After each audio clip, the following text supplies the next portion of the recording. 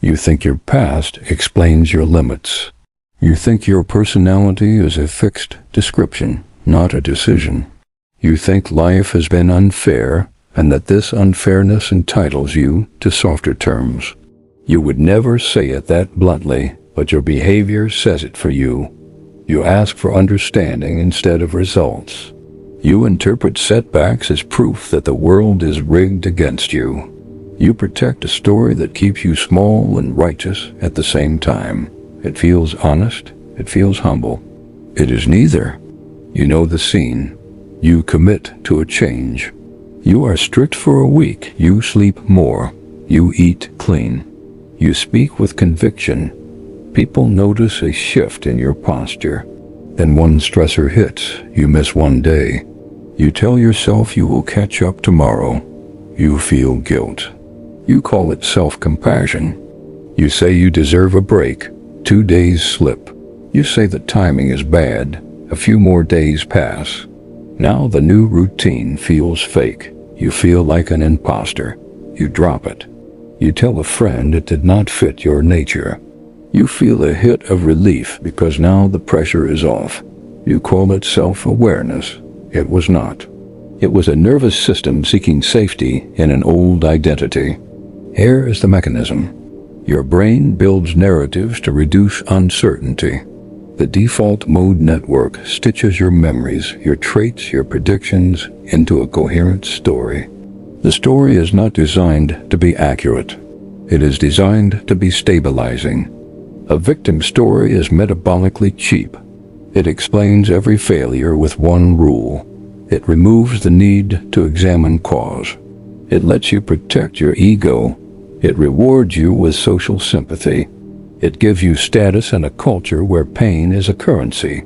It also kills your agency quietly. You learn helplessness. You reinforce avoidance. You install a loop. You tell yourself the past is data. That is true. But you have been using it as an alibi. You point to pain so you can excuse softness. You point to injustice so you can justify disorder. You make the wound your passport. The past did hurt you. Pretending it did not is denial. But pretending it explains your next 10 years is self-sabotage. Stoics called it the dichotomy of control. What is inside your choice and what is not? Your history is not under your control. Your interpretation is. Your next action is. Your identity is. A victim story is a protection racket. It keeps you safe from accountability. It lets you avoid the sharp edge of responsibility. It lets you frame demands as harm. It feels moral. It feels careful. It is a form of control disguised as caution. You use it to manage how others see you and how you see yourself. You create a buffer between ambition and exposure. You build a cage and call it a sanctuary. Your nervous system wants prediction. It prefers familiar pain to unfamiliar power. The amygdala flags risk. The prefrontal cortex can override it, but only if you train it. When you attempt change without identity, the limbic system wins. It bargains for relief. It knows your weak phrases. I deserve this. I will start Monday. It recruits your memory. It pulls up every instance you failed and says, see, this is who you are. That is confirmation bias weaponized against you. You then seek more evidence to match the frame. You follow accounts that flatter your wounds. You talk to people who co-sign your softness. You feel seen. You are not seen. You are pacified. Here is the counterintuitive part. Your compassion for yourself might be addictive. Not true compassion that demands growth. The sweet kind that protects your sameness. You praise your sensitivity while neglecting your strength. You forgive yourself fast and often for the same decision. You convert forgiveness into a coupon code for repeat behavior. You call it healing. Healing does not repeat. It integrates. Memory is plastic. When you retell a victim story, you reconsolidate it. You strengthen the path. Neurons that fire together wire together. The more coherent the complaint, the more credible it feels. Your brain rewards the fluency of a narrative, not its truth. That is why you believe your loop. Fluency bias. Ease mistaken for accuracy. You think you are being realistic. You are being rehearsed. Pause and look at the incentives. You live in an attention economy. Outrage and injury get clicks. Humility and rigor do not. If you collect identity points by displaying wounds, your behavior will reflect that market. You will exaggerate suffering. You will spotlight your triggers. You will call ordinary friction a trauma response. You will optimize for sympathy. You cannot build power from that position. You can build followers. You can build excuses. You cannot build self-respect. You have a choice. Keep the economy of grievance, or change the currency. A ruthless identity is not cruel. It is allergic to comfort narratives. It cuts away the drama and keeps the data. It asks only what is under your jurisdiction. It measures reality with outcomes, not intentions. It treats feelings as signals, not instructions. It names desires without shame and then disciplines them. It does not perform pain for attention. It converts pain to structure. You think identity is descriptive. I am this type of person. Psychology says something else. Identity is also performative. You become what you repeatedly signal to yourself that you are. That is self-signaling. Each action is a vote for a role. When your actions and your words do not match, your brain resolves the dissonance by lowering your self-trust. Every promise you break is a small betrayal. The nervous system remembers. Anxiety is often your body saying, "I do not believe you." Not because fate hates you, because your record is unreliable. There is a clean way to hear shame, not as a verdict, as a measurement error. You committed to a standard. You missed it. You feel the gap. That is information. If you turn that into identity, you drown. If you turn it into clarity, you climb. You do not hate your weakness. You do not worship it either. You put it under management. You are told to be kind to yourself. True, but kindness without boundaries is enabling. Discipline is a form of self-respect. It is not a punishment. It is how you tell your future self that you can be trusted. Every time you keep a private promise, you lower your stress. You teach your amygdala that you are a reliable handler. You reduce uncertainty. Peace follows structure, not the other way around. This makes people uncomfortable. They want lifestyle without law. They want identity as an accessory. They want power with no price, so they call standards toxic. They therapize their vices. They outsource agency to labels. They prefer a soft prison to a sharp freedom. They will reject what you are hearing now. This is selective truth. Most do not have the stomach for it. If you do, you separate from your old category starting today. Your past does not need erasing, it needs dethroning. The pain was real. The consequences were real. Keep the lessons. Delete the privileges you gave yourself because of them. That is the difference. A victim identity takes payment in advance. A ruthless identity collects only on delivery. You do not get credit for wanting change. You get credit for the results of change. That is not harsh. That is arithmetic.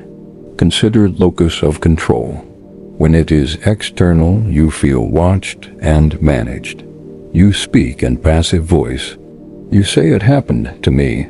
It keeps happening to me. When it is internal, you narrate in active terms. One chose. I allowed. I ignored. That shift can sting. You will resist it because it implicates you. But it gives you direct levers. Stoics trained this reflex. They separated event from judgment. They trained attention on what they could will. They despised fantasy control and practiced real control. You need the same contempt for fake power. There's a dark part of you that benefits from being powerless. It avoids blame. It avoids envy. It gets approval for being harmless. That part is not evil, it is primitive. Jung called it the shadow. It holds drives you deny, aggression, pride, hunger for status. The more you suppress it, the more it leaks. You resent people who have what you want. You moralize against them. You call them lucky, corrupt, narcissistic. You protect the image of yourself as gentle and unlucky. The shadow grows teeth. The antidote is ownership. You admit what you want without apology. You place it under discipline. You channel aggression into boundaries. You turn pride into standards. You turn hunger into work. You do not use these drives to harm. You use them to stop harming yourself. Your brain defaults to short-term rewards. Hyperbolic discounting makes near pleasure feel larger than far benefit. A victim story weaponizes this. It builds a case for immediate relief. You say, "I deserve it," and your dopamine agrees. A ruthless identity counters discounting with identity-based rules. Not plans, rules. I am the person who does not negotiate with my lesser impulses. The word no becomes a conservation tool. You save your energy for high-leverage action. You stop spending it on arguments with yourself. There is also a bias toward explanation over execution. You want to understand first.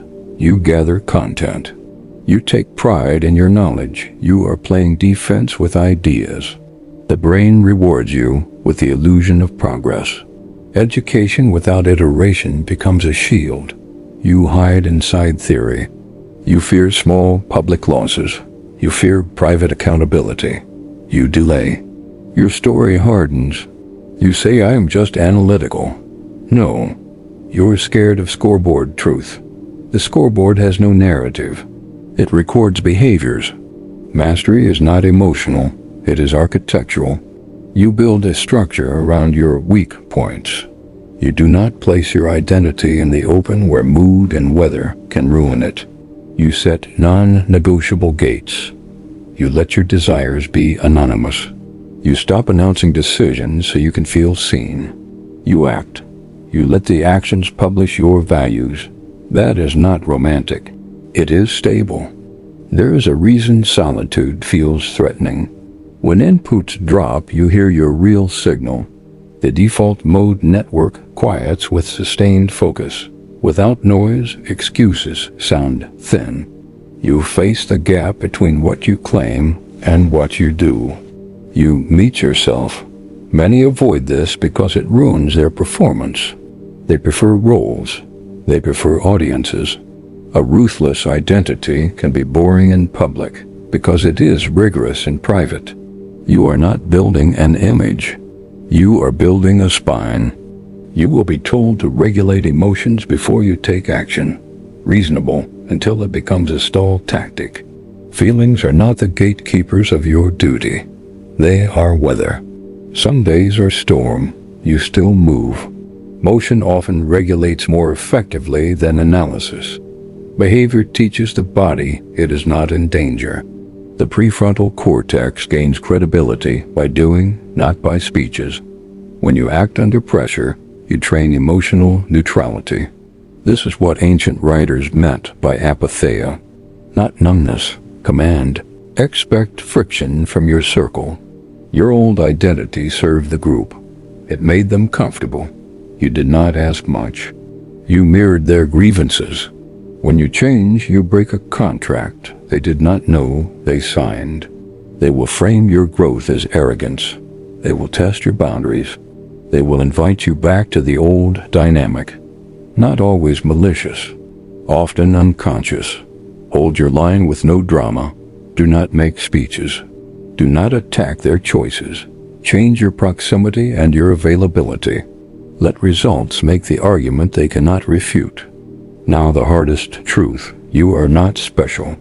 Your pain is common. Your potential is common. What you do with both is rare. The internet has confused visibility with value. You think you need attention to be real. You start telling stories to harvest attention. You trade your depth for performance. You end up empty and followed. That is a losing trade. A ruthless identity measures on private metrics. Did you keep the promise? Did you live the standard? Did you build something that outlasts moods? Optimism can betray you, not hope. Hope is fuel. Optimism is a prediction that things will improve without cost, is a sedative. The mind loves pleasant forecasts. It relaxes before it earns rest. A colder frame prevents this. Assume future friction. Plan for sabotage from your own habits. Practice negative visualization. Picture loss. Picture embarrassment. Picture loneliness. Then realize you can carry it. Amor fati. Love the reality you get, not the one you fantasize. You did not choose all events, you do choose your stance. You can treat obstacles as training data. You win either way. You may be waiting for permission from a person you fear, a parent, a partner, a tribe. You want them to bless your evolution. They will not. Their silence or disapproval is your test. If your will collapses without applause, you do not have a will.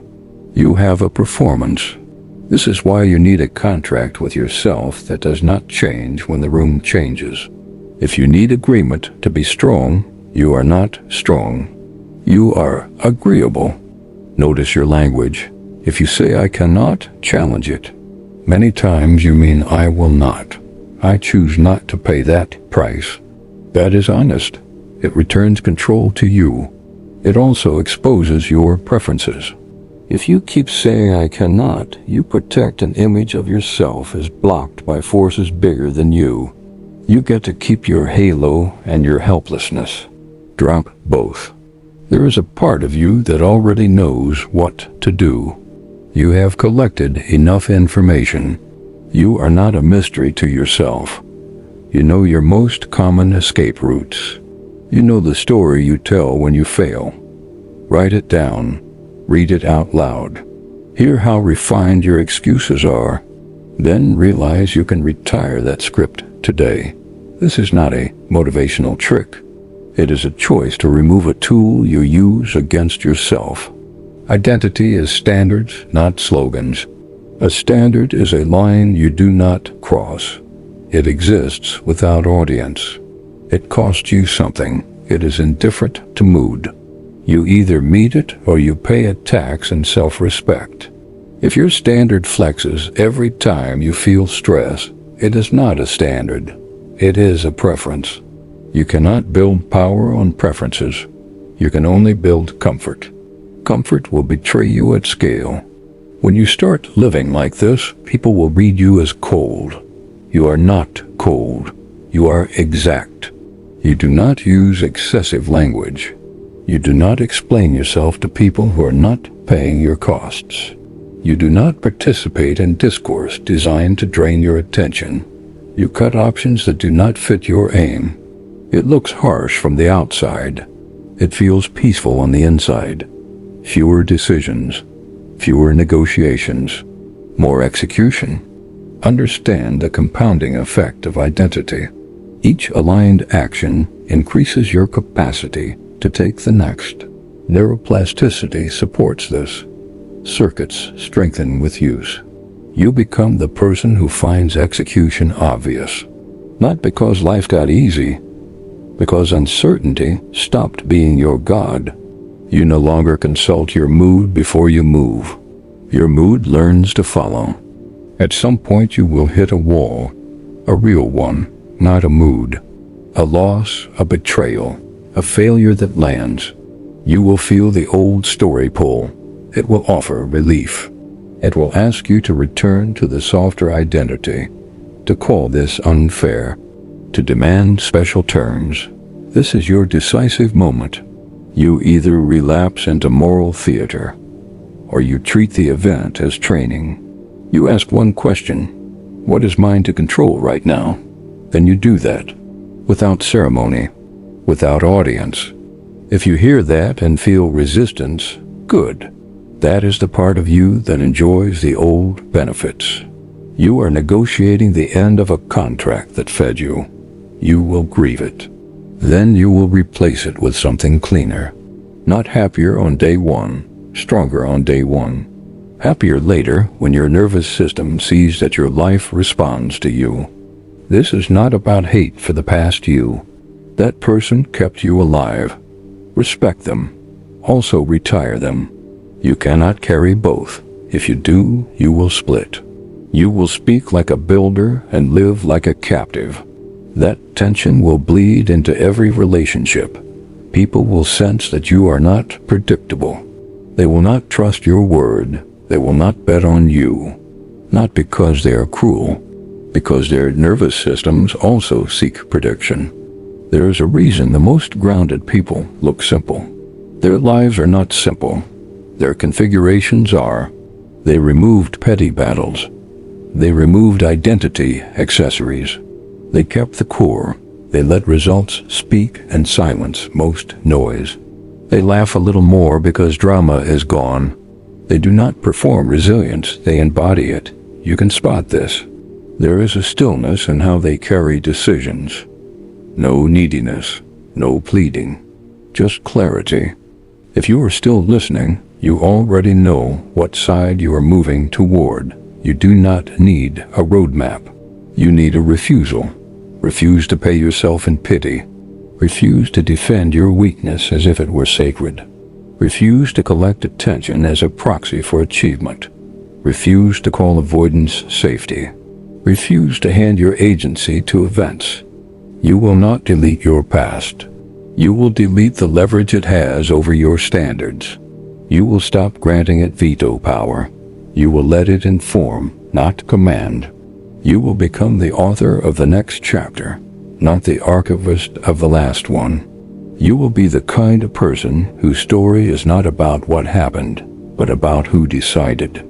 You will realize that identity is not found. It is built. It is built by subtraction more than addition. You take away every lie you told to feel safe. You take away every excuse that felt good to repeat.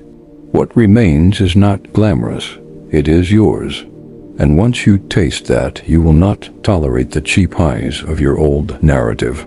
You will think differently about yourself forever. And this calibration is only beginning.